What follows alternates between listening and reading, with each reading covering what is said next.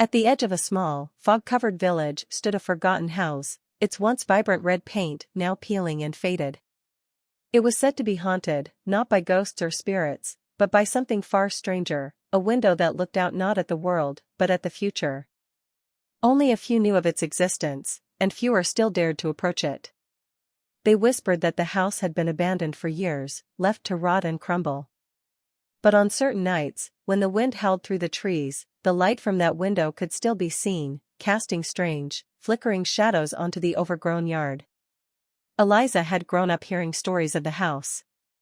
As a child, she was fascinated by the legends, especially the one about the window. They said it showed glimpses of the future, whether you wanted to see them or not. Some people had seen moments of their own lives, others had witnessed the distant future of the world, and some, like her grandmother, had seen nothing at all. It was an old family legend, one passed down from her grandmother, and now, Eliza was drawn to it, compelled to know the truth for herself. One crisp autumn evening, as the sun began to set and the village was wrapped in a blanket of fog, Eliza found herself standing at the threshold of the house. Her heart raced, and yet, there was a strange calm in the air, as if the house itself was waiting. She pushed open the creaking door, its hinges groaning in protest, and stepped inside. The air was thick with dust, the smell of old wood and forgotten memories. In the center of the room, framed by a faded curtain, was the window.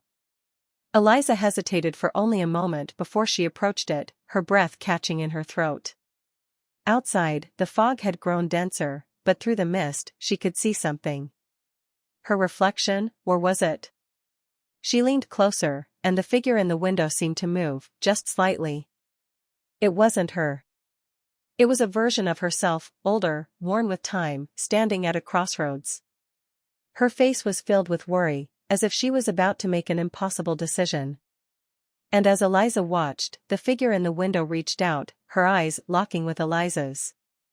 "You will know when the time comes," the older Eliza whispered, though no sound escaped the glass. Before she could process it, the vision vanished, leaving only her own reflection. The room grew silent, the fog outside thickening until the window became nothing more than a pane of glass. Eliza turned to leave, but she knew now, nothing was ever truly lost in that house. Some things were just waiting to be seen.